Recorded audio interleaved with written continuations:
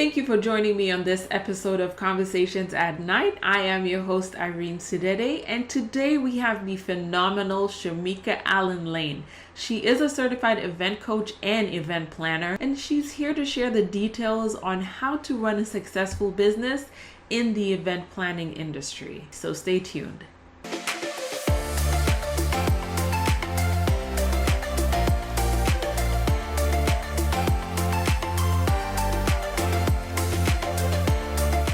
Shamika, how are you? I'm good. I'm good. How are you? I'm doing great. And if you could please go ahead and introduce yourself and let the people know what it is that you do exactly. Sure. My name is Shamika Allen Lane, and I am the owner of Catalyst Event Coaching.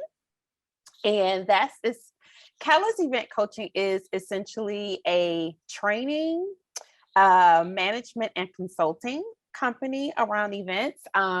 It's not often that you run into a event-based company that does all of that. Usually it's more of a management company or a consulting company. And so I wanted to incorporate a training component. So there's a training and coaching component inside of my business. It's something I've been doing for many years. I've been professionally working over 15 years inside of the events industry, and I have a master's degree in hospitality management and tourism, and I have the certified meeting professional designation. As well as this summer, I added to that repertoire by adding a digital event strategist certification as well. Nice. And Shamika, tell us how you started on your journey. Sure. So my journey itself, interesting enough, I guess I cannot leave this out. My father had a restaurant growing up. So I was exposed to hospitality at a very young age. So I do think that that may have shifted some gears to a certain degree. But beyond that, because I wasn't looking to go that path, beyond that, I would say that I was majoring in chemistry. So if you notice, my name is Catalyst. So it's an ode to my chemistry background. But I was majoring in chemistry, looking to go into engineering. And what ended up happening is I was in a student operated organization that was based around the technical and science field. And we had a lot of events because of that. Got introduced to events that way, fell in love, and I was like, how can I make this work? I think I always had planned to eventually do events, but I thought it would be a side hustle, not necessarily my main thing. But once I got into this organization and we did pretty much every component of operating an event. We had a world headquarters staff that supported us, but it was basically the students doing everything, things that students wouldn't normally get to do. Like I had a chance to operate and manage $1 million budget. That's something that the average student doesn't get. And I was like, this is what I want to do. So instead of just abruptly stopping the career path that I was in as far as my degree, I completed that degree, but knew that I wanted to move into events. And so that's when I completed all of that and then decided to go and get my master's degree in hospitality management. That is such an interesting journey, especially going from chemistry to event planning. Can you tell us, first of all, I respect you because I feel chemistry. I was terrible at it. Chemistry, those were the two things. My favorites. Really? My favorites. But go ahead. Those are the two things that I could not get. So I respect you a lot. But I'm curious to know, how did chemistry translate into what you're doing now? So actually the tagline of my company is the science of events. And so inside of science, especially a natural based science, there's a lot of logic that goes into it, a lot of observation. So you really need to be detail oriented. So those are skills that actually translate over to the events industry that a lot of people don't think about or necessarily recognize. And just the way my mind works, I'm very logistical in my thinking and analytical. So I'll give you an example because I feel like this is confused often in the events industry. So oftentimes you come into someone that may be interested in events, or they say, oh, this person is great at events. And then you ask, well, what skills do they have? What is their talent that makes them great? What makes them stand out? And oftentimes what people talk about is the core elements or a theme. They're talking about creative things, but not necessarily more of design, I guess you would say, and not necessarily the planning part of it or the logistics part of it. And so that's what you often find, even in many of the event managers that have companies and things like that. They're oftentimes dabbling into the design side and they decided, you know what, I can plan a couple of things. So let me just add this to my list of services. Well, as opposed with me, I'm looking at the logistics. I'm looking at, is this a bottleneck? I'm looking at the way you can say design, but it's not design in the aspect of aesthetics. And so even with that, because I am looking to do long-term things with training and coaching, because nonprofits is one of my sweet spots that I look to focus on and am focusing on in my business.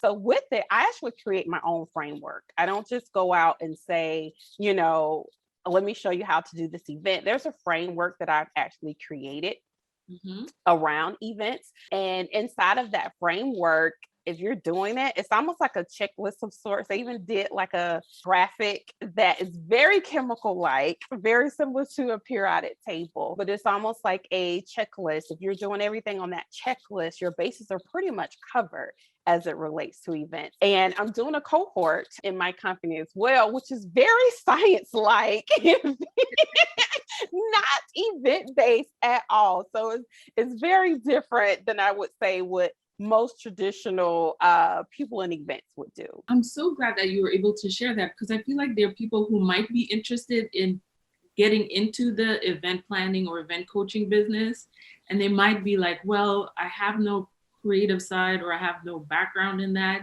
but you were able to use what you had as an advantage. Yes. And I love that so much.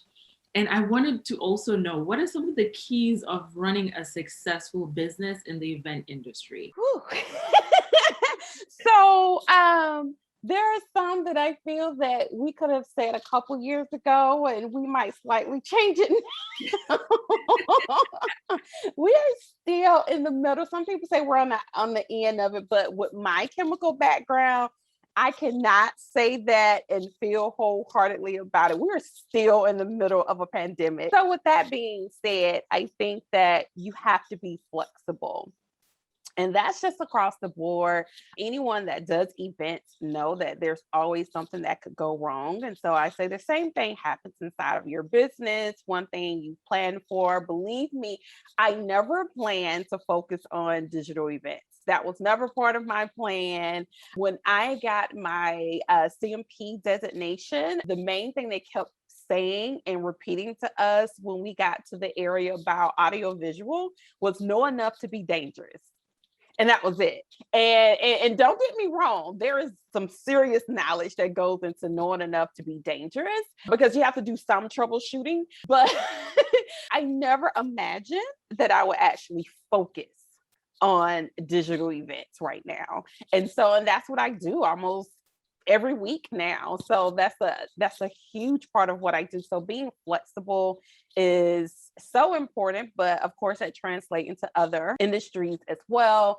I would say in the event space that there are trends, just like any other industry, staying abreast of what those trends are. Don't automatically just brush them off because that's what people are going to be looking for. That's what it's going to pique people's interest. So staying on top of what those are, even if you don't necessarily recommend them, you still need to know what's important about them, what's attracting people to them. And then I would say knowing your sweet spot inside of events and what your skill set is. As I mentioned earlier, some people are more designers, but they don't know that there's a difference between being a planner or a manager versus a designer. And so they just say, I'm an event planner because that's just what makes sense. That's what they heard very often. And you don't necessarily have to do the same services that another company does. Look at the services that are your expertise and focus on those and start with those first. If you want to branch out and do more later, you can, but start with those to focus. This pandemic has been such an important time because it's been able to bring to the awareness that people either have the choice to sink or to swim. Yes, yes. You're talking about having to adapt into doing virtual and digital events is so important because a lot of people were not ready for that. So Yes. if you could give us like the details of what that looks like exactly, because there's some people watching this who don't even know what that means or what that looks like. So if you Sure. if you give us some of the details on With digital events or virtual, they're fairly interchangeable. There's some slight difference, but for the purpose of this conversation, well, let's say they're pretty much the same. For the digital and virtual events, I would say that number one, if you were doing live events and you're waiting to do live events again to everything is safe, good luck, because some people have missed 2 years of events already. So let's not do that. But I'm also not a person that would recommend going forward with in-person events and not knowing and having some safety protocols in place. So that's extremely important. So if you decide to move forward with something like that, please make sure that you have all those things in place. And I do suggest going above and beyond your local and CDC guidelines, because if your event is associated as a super spreader event, your reputation is gone. There's no coming back from that. You may get into some legal issues and things like that. So you definitely want to make sure those things are in place, especially if you're a company or a nonprofit organization, something like that. If you're doing social, you might be able to get away with it. But if not, then you want to be careful. But going back to digital, I would say number one, it's not that hard. And I'm not trying to minimize it. So let me say that I'm not trying to minimize it, but it's not that hard. And what I mean by that is right now we're doing a sort of virtual event. We're actually on a Zoom platform. You can be as simple as that and do a platform that you're familiar with, but there are new platforms coming out every single week now in this age. And so there's all sorts of things that are out there. A lot of them mimic other programs that are out. So it's not like, oh, I haven't seen or heard of that program, and that just means run away from it. Many of them have classes and courses that they can teach you if you want to do it yourself. You can always hire a professional to help guide you. Even if that person doesn't do everything for you, they know what you're trying to capture in your event, and they're going to suggest the platform that's best for that type of interaction, because that does matter. And then a lot of these platforms have teams that you can hire as well. So it really depends on what your budget is, what you're looking to achieve with your attendees, of what I would actually suggest. A lot of what I do is support a lot of courses. Okay. But I've done happy hours, I've done conferences, I've done a variety of things. Hybrid is another thing that people are looking into right now. And some of it is very affordable. It just really depends on the type of interaction that you're looking to make, because I will tell you, I've seen events like Zoom, which if you have a Zoom account, in most cases, it's pretty affordable. It's not anything additional that you would have to actually add on, unless you have some requirements around the number of people that you're looking to bring in. But if you're looking to do something else that's a different type of streaming where you're having exhibits, I've seen things as low as like $100 per month. But I've also seen those that cost around $5,000-10,000 per day. So, so it is a wide range. And I just would suggest don't go at it alone. At least get a consultation from someone inside of the industry that is not selling a platform, because they don't have a stake in the game as to them recommending you go with one particular platform or another. So speak with someone about that to get like the best suggested method for your specific event. And I know that there are people who think about event planning or event coaching. They think baby showers, weddings, but I know you focus on corporate events. So Yes. could you please let people know what exactly that is? I started my career inside of the social arena. So you're right. Every time people mention events, that's immediately what most people think of. And I will tell you, it's very different from the corporate industry. Very different. But basically, what I focus on is trainings, Okay. conferences, retreats, things like that. Think about if you're at work, something that is a work-based event Mhm. that you've attended. That could be a holiday party, it could be a training, it could be all sorts of things, but that's what would probably bring it home a little bit better if you're at work and you had a work related event that you had to attend that took you out of your regular day-to-day job. That's the type of events that I plan, as well as I also work with nonprofits, which their events are very similar to the corporate arena outside of sometimes with their fundraising. Shamika, what is the importance of customer service in the event planning industry? First off, events is inside of the hospitality industry. People don't realize. Yes. So it's extremely important because every part of what we're doing is customer service, like Mhm. almost every facet of it, because we work with vendors very often that may actually service your attendees. It's important to notice the type of customer service they provide as well, because that's what your end user attendee is going to actually experience. And it could be something as simple as you brought in someone to have a special dessert, but they're working a dessert bar. Mm.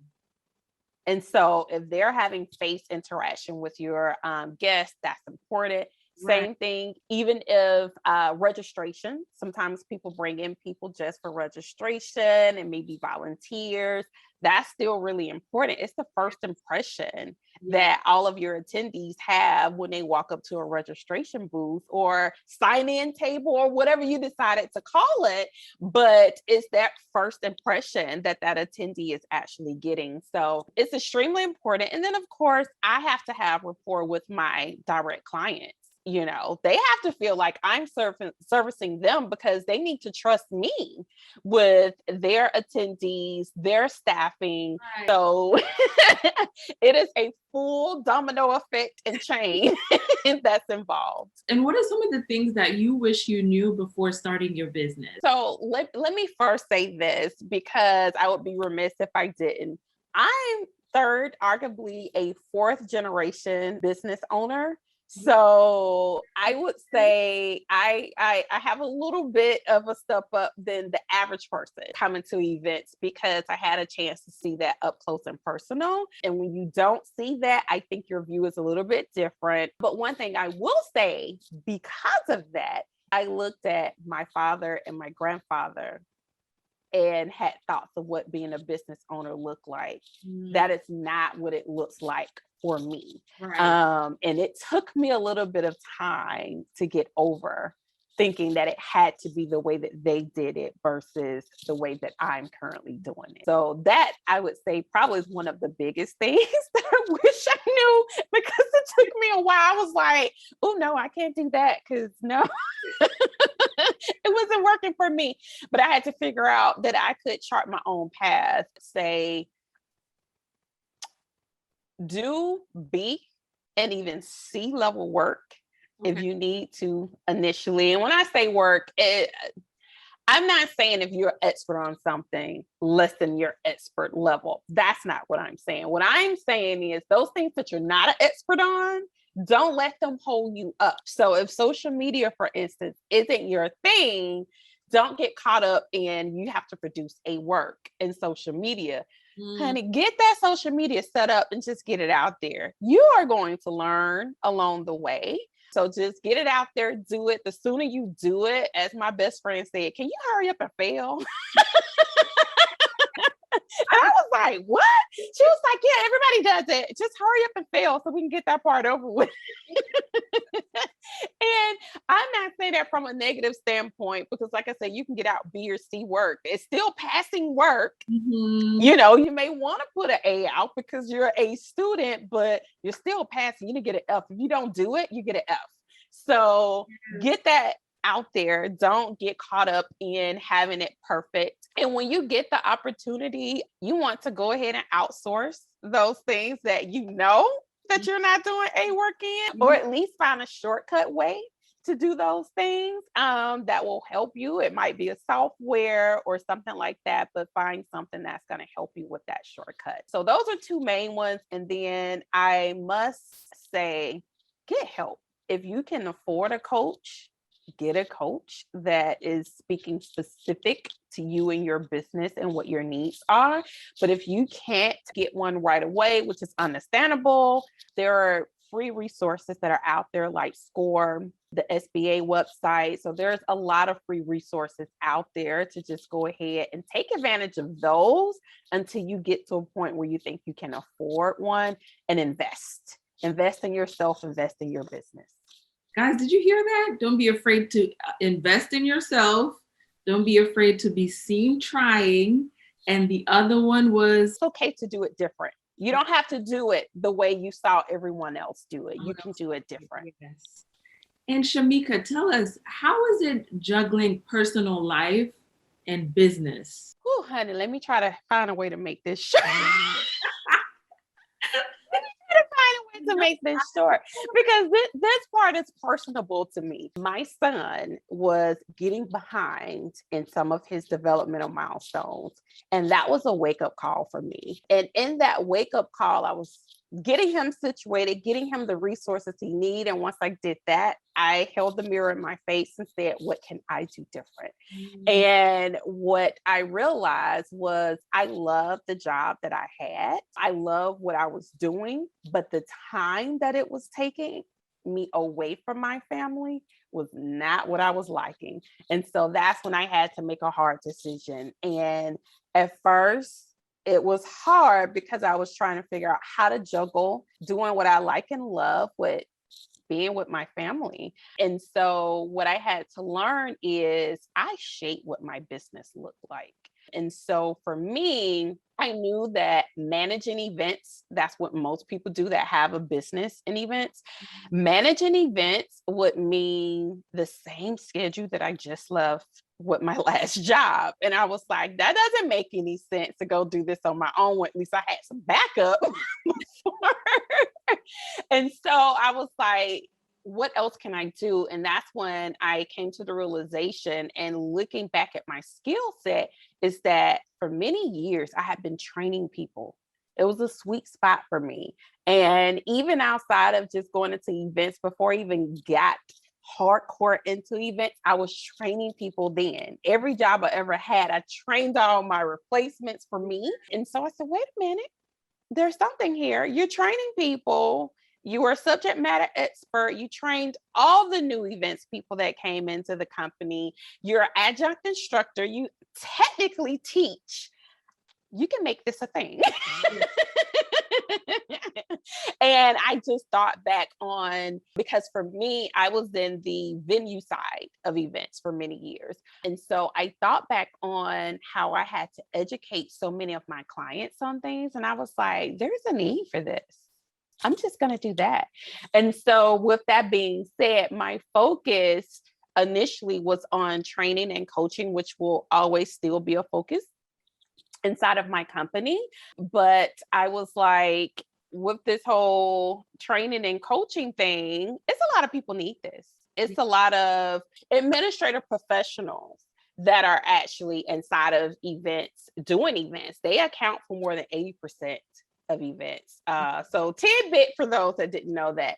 And so with that being said, a lot of times they're not trained on how to do events. It's just put into their lap. And so for me, I just shifted gears, knowing what I was spending time with, talking to all of my clients, and what just kind of got like a whole fire in me every time I would talk to them, with educating them, and the light bulb would go off. I would just feel so good on the inside. Like I would feel so like that was a good conversation. We did something. So it translated to my business. Long story short, it translated into my business, and it's something that I will always keep top of mind for my business. So you discovered your purpose in coaching. tell us some of the benefits that Catalyst event planning and coaching can offer an individual. So the good thing is with Catalyst, we meet you where you are. So it can be tailored based on what your need is. I have clients that say, I want you to coach me. I want to do the event myself, but I want to make sure that I'm not messing up while I'm trying to do it myself. So they have sessions with me and they get coached through the process. I have clients that say, I'm not trying to do none of this. Can you just do it? And that's going to always be a component of the business as well, because you can't teach someone about a trend that you don't know is happening. And the trends changed often. So it's important to stay in it so that you're abreast on whatever those are. And then there is consulting, where there are many organizations, like I used the example earlier, dealing with the administrative professionals that are bringing on events teams or an event dedicated person.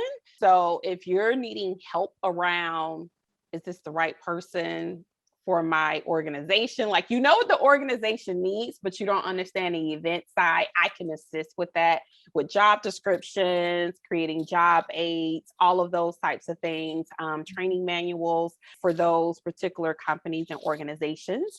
And then I haven't launched this yet. So this is coming. I'm hopefully waiting for the pandemic to just give us all a break. But I am looking to do a career component inside of my business, where those that are seeking out careers in events could also get some coaching directly related to the events industry, and potentially some training and experience as well. And where can people find you if someone is interested in either collaborating with you or maybe in the future for what you're launching? Where can people find you? So on social media, as well as my website, is under Catalyst Event Coaching.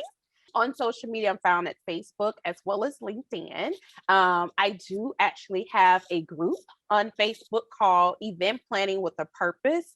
And that's where you'll find a little bit more in detail content around things dealing with events. So even if you're not ready to move forward with a service per se, you can definitely go and engage in that type of content to get you some tidbits that'll help you along the way.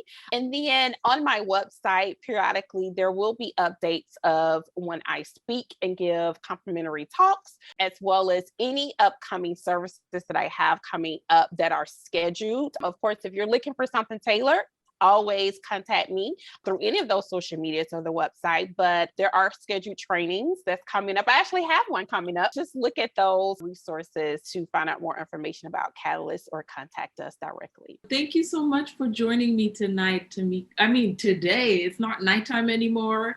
You know, I'm used to filming at night, but now with the pandemic, everything is just... Yes, you're being flexible. Thank you for joining me and sharing your journey, your story, and I hope that people will be able to reach you and learn something from this as well. Yes, absolutely. Thank you for having me.